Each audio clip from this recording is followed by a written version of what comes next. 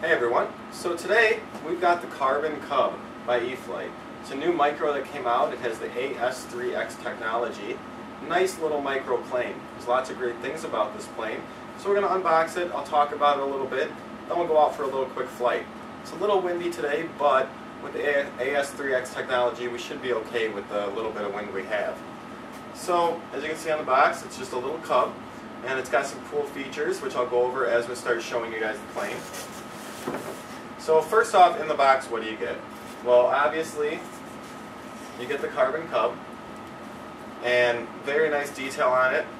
Looks really nice, nice design, nice coloration, nice look of it. So it's a real eye-popping plane, real nice look, real scale. So here we have the plane. You're gonna get that in the box, of course, and then you also get a little bag with your tow hook. It's not attached to the plane, it goes on the top. That's for towing a small sailplane. Forget if it's E-flite or Park Zone, but they have a small sailplane coming out, which you'd be able to tow behind this. Pretty cool, tow it behind in the air. Get a couple extra screws and a couple extra Velcros for your batteries in this bag. Also in the box, you get your charger, which comes with your clips for a 12-volt power source. Also it has an AC port, but you don't get an AC plug. But if you have an AC adapter at home, a 12-volt adapter, you can plug it in there and charge at home. So lots of people that might have a 12-volt adapter for other items or other chargers, you'll be able to use that with your 2-cell LiPo charger here. So you're going to get your charger, but no AC plugs with it. But like I said, you can get AC plugs for it. And your battery is a 2-cell 180 milliamp 20C. And I believe this is the same battery that's used in a couple other micros, very similar to the Beast, the Ultra Micro Beast, and it's also very similar to the Ultra Micro Striker. I don't know if they're the exact batteries, but they probably work in any of the three planes. So if you got a Beast or a Striker, you probably have a couple extra batteries you can use. So a nice little 2-cell 180 milliamp 20C, like I said. Now let's put in the battery and just go over a little bit. What did I do with my transmitter? There it is. I'm going to throw the battery in here. Goes in the bottom of the plane, and the bottom of the plane has a nice little latch that's magnetic, real easy to put the battery in and out. Throw in your battery, and it's got a little Velcro on it. You just put it up in here, and then it Velcros up in. Put your wires inside, close your door, all set and ready. Nice thing about this plane, it has a couple little extras that you normally don't find on microplanes. The main one being you have flaps pre-installed, ready to go. Of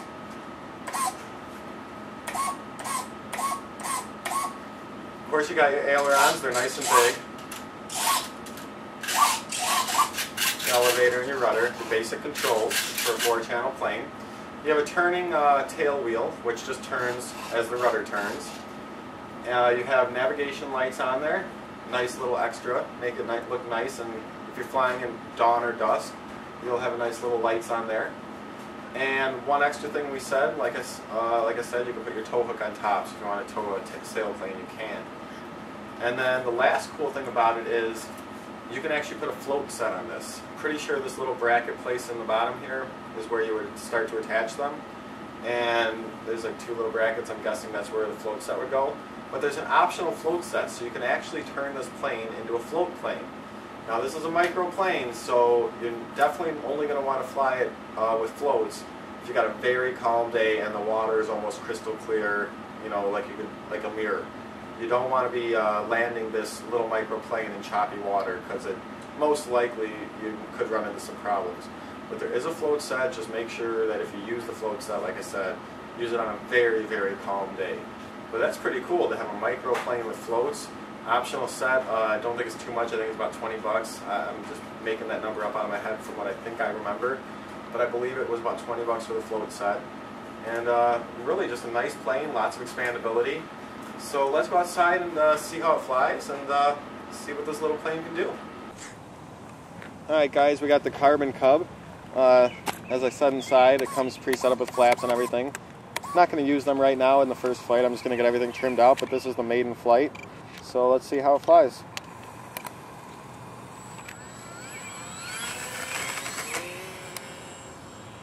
Need a little elevator trim.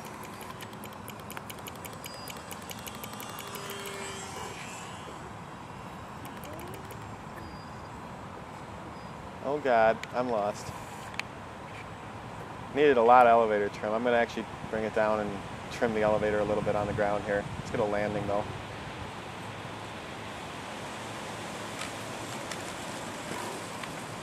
Alright, stop it. Alright guys, so I got it trimmed out. We're going to go ahead and try to take off with the flaps this time. So I put them down. Oh, real floaty. Put the flaps up. Oh, which button is it? I lost my button. Oh God. Oh God, I lost my button. Which button is it? I think I got it now, yep. It's fast with the brushless motor if you want it to be, but this isn't supposed to really be a fast plane. Definitely still need elevator trim. Now let's do one loop. Oh God. It's a little windy today. I'll try to just slow fly it around in a couple circuits. AS3X definitely helps combat the wind a little bit. It's keeping it going right where I tell it to. It's just a little extra windy, so it's moving around on me anyways, but it's flying real nice and smooth now. We'll bring it back and do one more loop here in a second.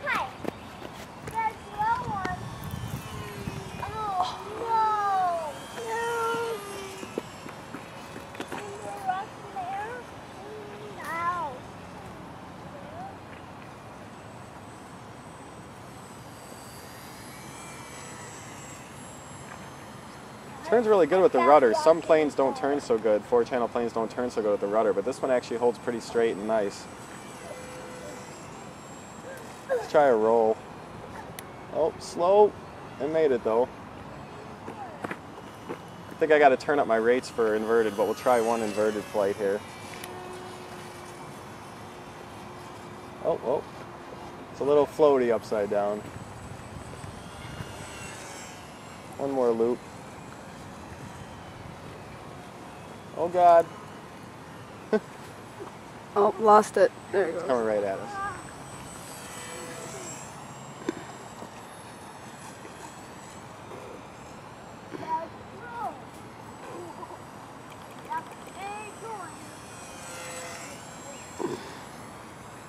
I'll try a touch and go maybe on the next pass here if I can get it to come down. Probably lost it, but that's okay. All right. Touch. Go. I'm going to put the flaps back up if I can find the switch. I keep losing the switch I'm using. And then we'll try to land it with the flaps. Pretty sure it's this switch, yeah. So putting the flaps up right now. Going to drop it low. And it slows down to a nice landing. Cool.